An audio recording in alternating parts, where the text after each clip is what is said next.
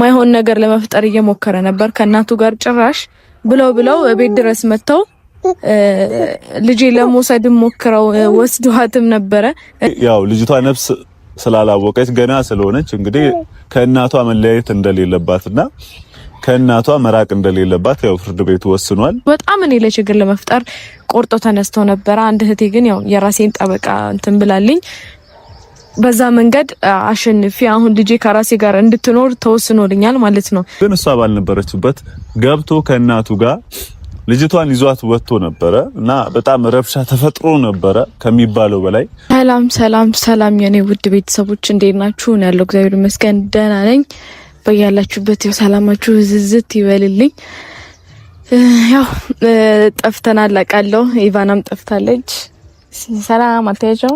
ሰላም ወደዚህ እኔ ነው እንደምታይ እነሱ ሃይ በቸው ሃይ ከኔ ጋር ናት። እሷ እኔን ብቻ ነው የምታየው። እና እንዴት ናችሁ ቤተሰቦች? እኔ ያለው እግዚአብሔር ይመስገን ደህና ነኝ። ያው ሰሞኑን ጠፍቻለሁ አውቃለሁ። ያው የጠፋሁበት ምክንያት ይገባችኋል ብዬ አስባለሁ። ምክንያቱም ከቢኒ ጋር ብዙ ነገሮች እየተፈጠሩ ነበር፣ አይታችኋል። በቃ የሱን ነገር ምንም ልቋቋመውም ልችለውም አልቻልኩም። ማለት በጣም ማይሆን ከባድ ችግር ውስጥ እያገባን ነበረ። ያንን ደግሞ አውቄ አስቀድሜ ነግሬው ነበር ወደዚህ ችግር ውስጥ እንዳንገባ፣ ግን እሱ ሊሰማኝ አልቻለም። ትናንትና ደግሞ ጭራሽ ማይሆን ነገሮች ናቸው የተፈጠሩት። ማለት ያው እንደከሰሰኝ ታውቃላችሁ። ልጄን ሊወስድብኝ አስቦ ወይ ደግሞ ልጄን ሊነጥቀኝ ፈልጎ ነበረ። ከሶኛል። ግን ደግሞ በጣም እየዛተብኝ ነበር። አይታችሁታል እናንተም በእናንተ ፊትም በጣም እየዛተብኝ ነበረ። በጣም ብዙ ነገር እያለኝ ነበረ።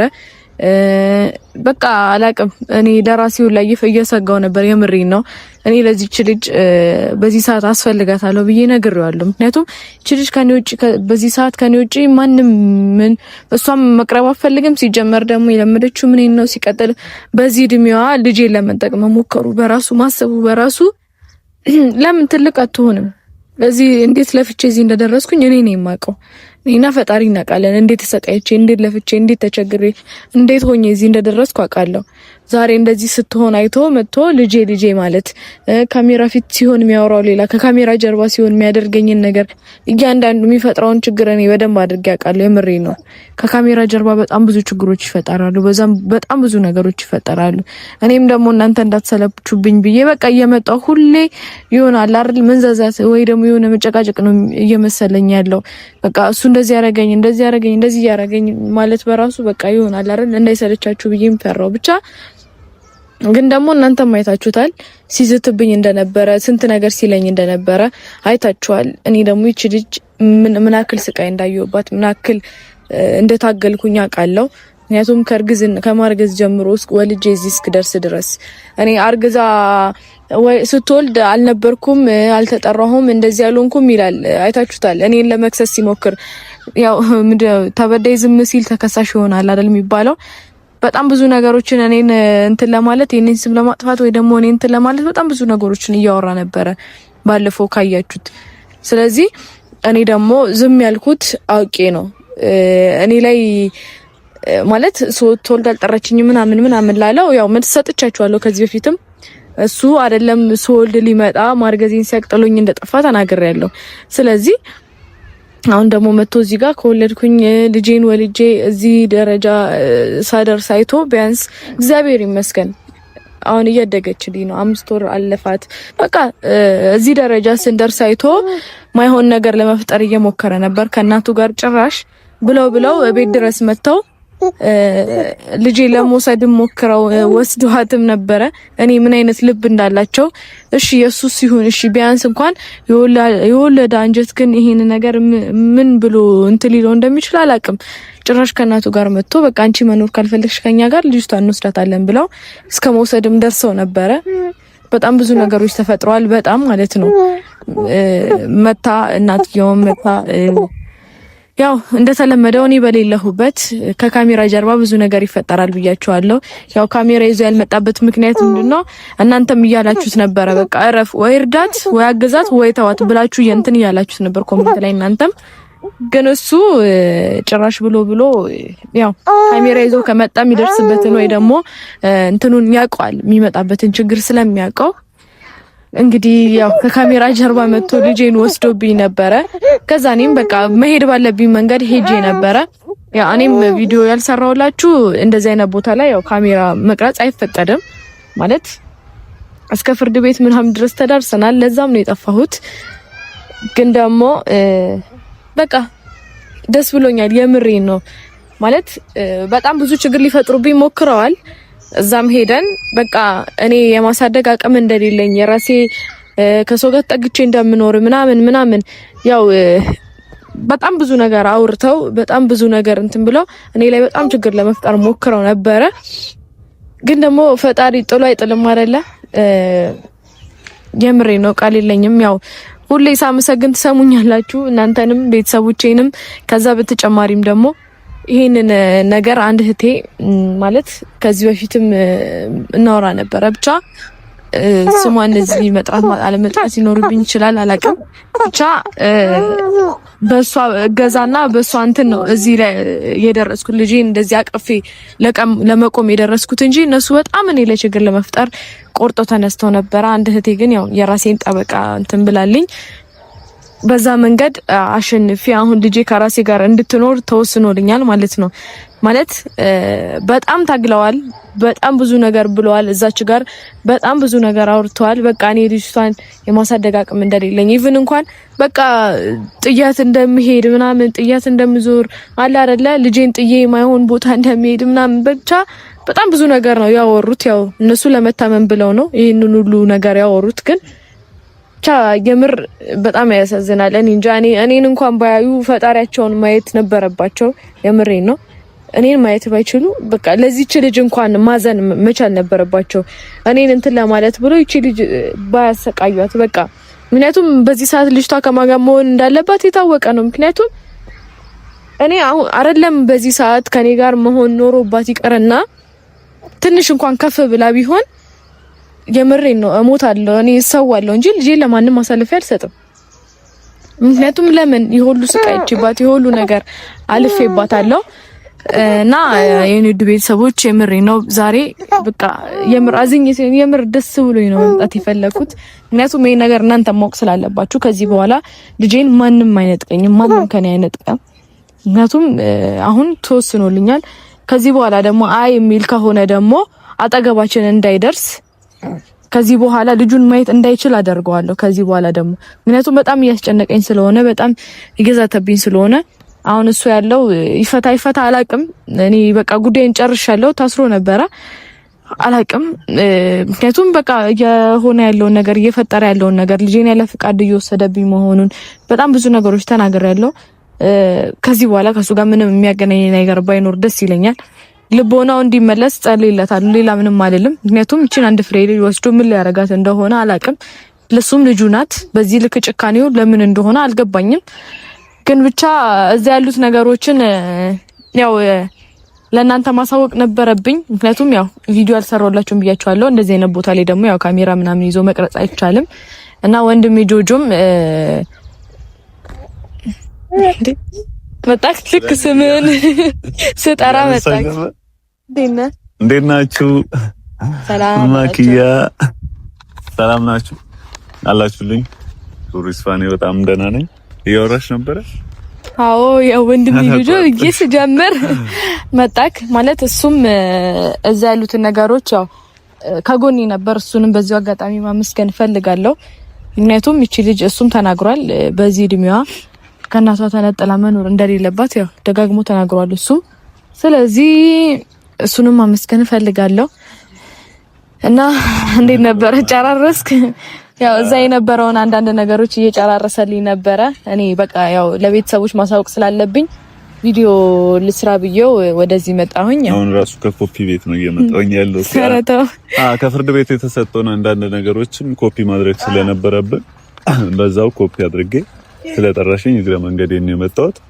አሁንም ለቤተሰቦች እያሳወቅኳቸው ነበር እና ወደ ቤተሰቦች ብዙ ነገር ብላችሁ ይሆናል አላቅም። እኔም ግን የሆነ ነገር ልበል። ትላንትና እንግዲህ በጣም ትልቅ ነገር የተፈጠረበት ቢኒያምም የታሰረበት ሊያዝ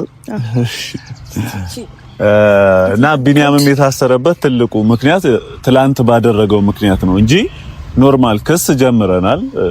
ፈጣሪ ይመስገን እስካሁን ባለውና እስከ የሆነ ያህል ጊዜ እንግዲህ ያው ልጅቷ ነፍስ ስላላወቀች ገና ስለሆነች እንግዲህ ከእናቷ መለያየት እንደሌለባትና ከእናቷ መራቅ እንደሌለባት ያው ፍርድ ቤቱ ወስኗል። አንድ እህታችን እንግዲህ በጣም ነው የምናመሰግነው፣ የምሬ ነው።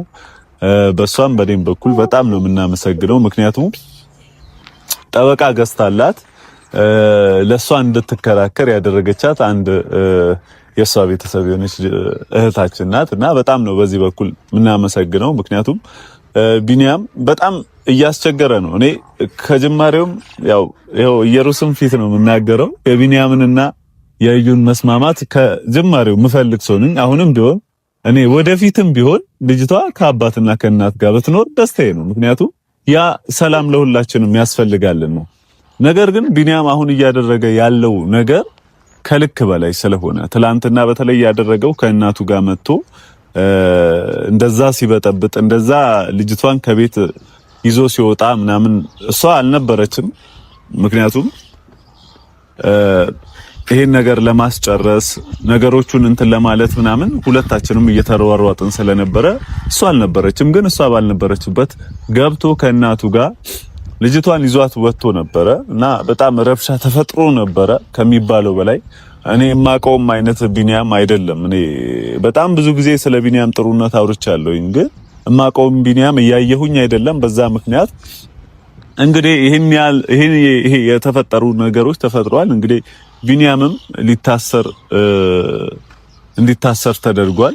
ብቻ በጣም አወሳሳቢ ነገር ነው ትላንትና የተፈጠረው ቪዲዮ። አሁን የሁሉ ችግር እንዲፈጠር አልፈለኩም ነበር። መጀመሪያም ተናገር ያለው እሱ ነው ራሱ።